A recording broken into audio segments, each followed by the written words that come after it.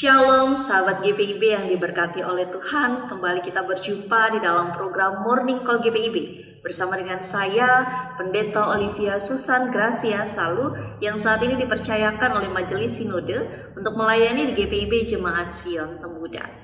Sahabat GPIB yang diberkati oleh Tuhan, memulai seluruh aktivitas kita di hari ini, mari kita bersama merenungkan firman Tuhan yang hari ini tertulis dari Matius pasalnya yang ke-17 ayat 22 sampai 23.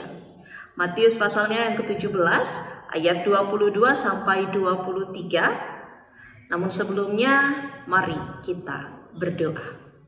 Segala puji dan syukur kami naikkan kepadamu ya Allah, karena di pagi hari ini Tuhan izinkan kami untuk bangun dari istirahat dan akan memulai seluruh rangkaian aktivitas kami di hari ini. Kami meminta tuntunan dari Roh Kudus agar firman yang akan kami baca dan kami renungkan ini, kami dimampukan untuk memahami dan dimampukan juga untuk menghidupkan firman ini di dalam setiap kehidupan kami.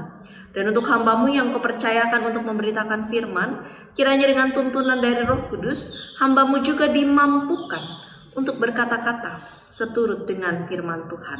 Berfirmanlah ya Allah, karena kami umat-Mu siap untuk mendengarkan. Amin. Sahabat GPIB yang dikasihi Tuhan, perenungan kita di pagi hari ini tertulis dari Matius pasalnya yang ke-17 ayat 22 sampai 23. Matius pasalnya yang ke-17 ayat 22 sampai 23, saya akan bacakan bagi kita semua, menyatakan, pada waktu Yesus dan murid-muridnya bersama-sama di Galilea, ia berkata kepada mereka, Anak manusia akan diserahkan ke dalam tangan manusia, mereka akan membunuh dia, dan pada hari ketiga ia akan dibangkitkan. Murid-muridnya pun sedih sekali. Demikianlah pembacaan firman Tuhan kita. Sahabat GPIB yang diberkati oleh Tuhan, selamat pagi. Semoga kita semua juga ada dalam keadaan yang baik. Dan ketika saat ini sahabat GPIB juga mengalami kelemahan tubuh, mari bersama kita berdoa dan berharap agar kita bisa lebih dipulihkan oleh Tuhan dan boleh melanjutkan aktivitas seperti sedia kala.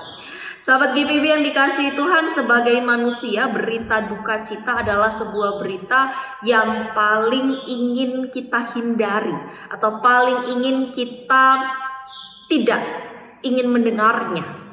Bahkan berita duka cita itu juga berita yang paling menyedihkan bagi kita. Kenapa? Karena ketika kita mendengarkan berita duka cita, maka itu berarti kita akan kehilangan orang-orang yang kita kasihi.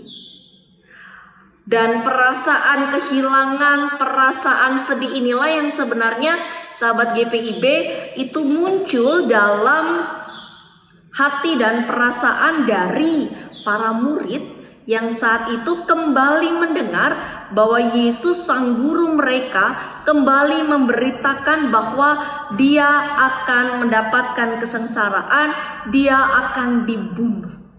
Sehingga kalau kita lihat di ayatnya yang ke-23 pada kalimat yang terakhir dikatakan murid-muridnya pun sedih sekali. Karena pada saat itu para murid Yesus, mereka merasa sedih karena Yesus akan mendapatkan kesengsaraan. Yesus akan mati dan tentunya akan meninggalkan mereka.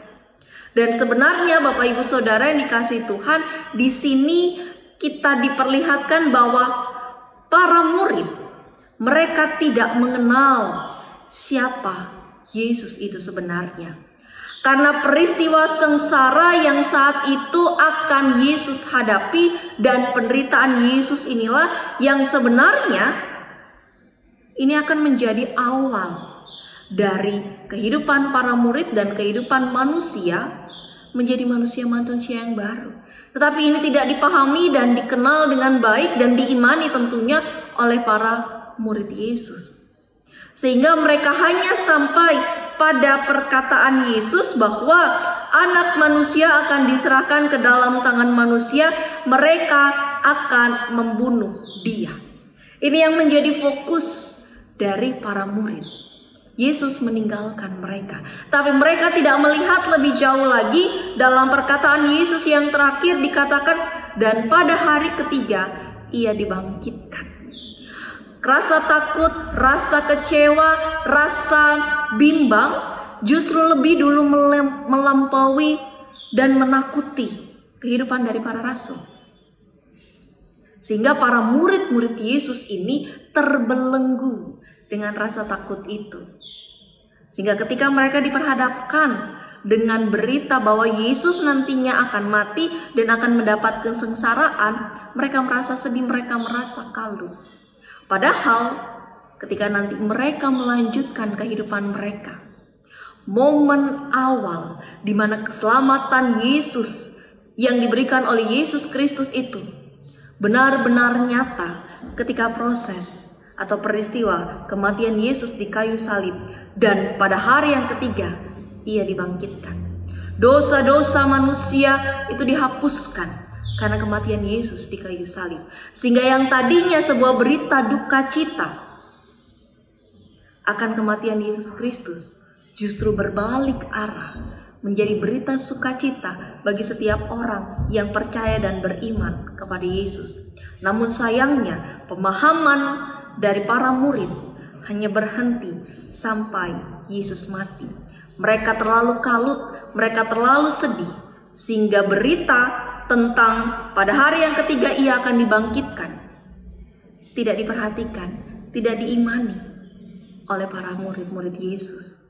Bapak Ibu Saudara yang dikasihi Tuhan, kalau kita lihat dalam kehidupan kita sehari-hari, terkadang banyak sekali berita-berita duka, berita-berita kesengsaraan, berita-berita kesedihan meliputi kehidupan kita. Sehingga ketika kita mau maju untuk menjalani kehidupan, kita terongrong oleh berita-berita yang membuat hati dan pikiran kita menjadi kalut, menjadi sedih dan tidak berdaya. Tapi melalui firman Tuhan kita di hari ini, kita mau kembali diperlihatkan. Mari bersama membuka dan melihat cara pandang Yesus ketika melihat bahwa berita duka, berita kesedihan, berita kesengsaraan Yesus itu memang pada dasarnya membuat kita menjadi sedih. Karena Allah sendirilah yang harus turun tangan untuk menebus dosa-dosa manusia.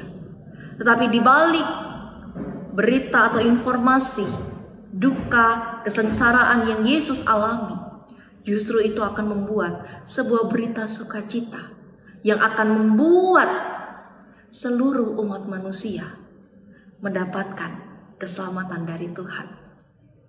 Begitu juga dalam kehidupan kita sehari-hari, sahabat GPIB yang diberkati oleh Tuhan.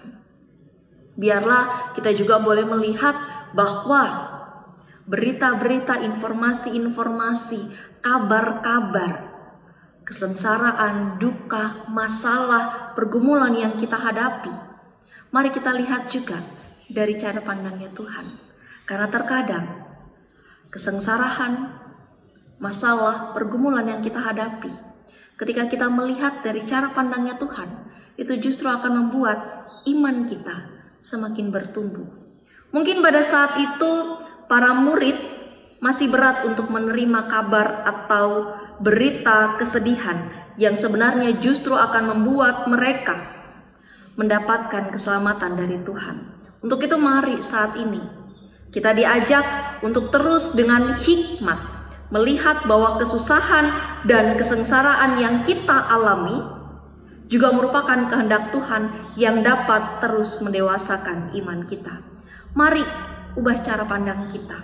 Bukan hanya melihat semua dari mata dan keinginan hati manusia, tapi mari juga kita melihat dari mata dan keinginan Tuhan.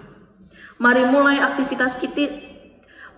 aktivitas kita ini dengan iman dan cara pandang yang Tuhan perkenankan bagi kita. Tuhan memampukan kita dan menyertai kita dalam seluruh aktivitas kita di hari ini. Tuhan memberkati kita. Amin. Sahabat GPIB yang diberkati oleh Tuhan, menutup perenungan kita di hari ini dan mulai aktivitas kita di hari ini, mari bersama kita berdoa.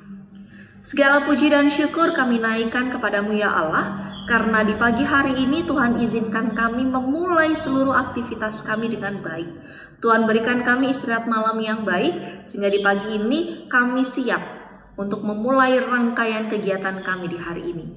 Tuhan, kiranya Engkau senantiasa menuntun kami, agar apapun yang kami lakukan di hari ini benar-benar berkenan di hadirat Tuhan, dan kami benar-benar mampu untuk bisa menghidupkan firman yang boleh bersama kami baca dan kami renungkan.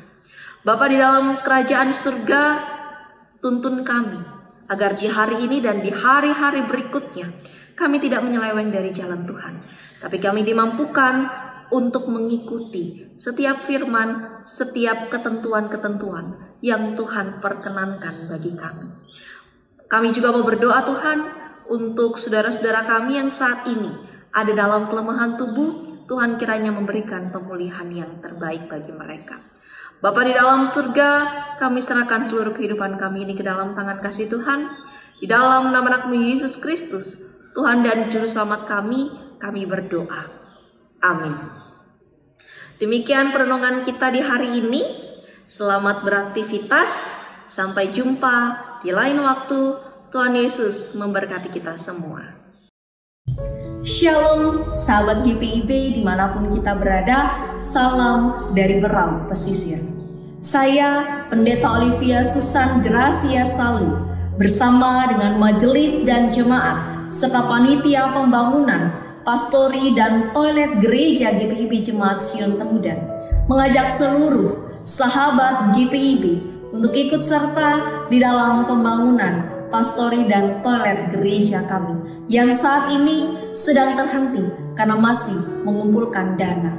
Adapun besaran dana yang kami butuhkan untuk membangun pastori gereja adalah sebesar Rp569.611 dan dana yang saat ini telah terkumpul adalah sebesar Rp87.527. Adapun usaha-usaha dana yang terus kami lakukan adalah yang pertama, janji-janji iman dari setiap warga jemaat yang setiap bulannya kami lakukan. Yang kedua adalah menyebarkan proposal-proposal yang kami buat kepada pemerintah setempat dan kepada donatur-donatur serta gereja-gereja GPIB dimanapun berada. Untuk itu kami mengajak setiap sahabat-sahabat GPIB yang ingin berkontribusi serta berkerinduan hati untuk membantu kami dalam proses pembangunan pastori dan toilet gereja. Bagi sahabat-sahabat GPIB yang ingin ikut serta dapat memberikan bantuannya pada nomor rekening yang telah ada di dalam layar kaca Anda. Serta bagi jemaat-jemaat atau sahabat-sahabat GPIB yang ingin mengetahui lebih lanjut lagi tentang proses pembangunan pastori dan toilet gereja, juga dapat menghubungi panitia pembangunan pastori dan toilet gereja GPIB Jemaat Sion Temudan. Terima kasih untuk perhatiannya. Tuhan Yesus memberkati kita.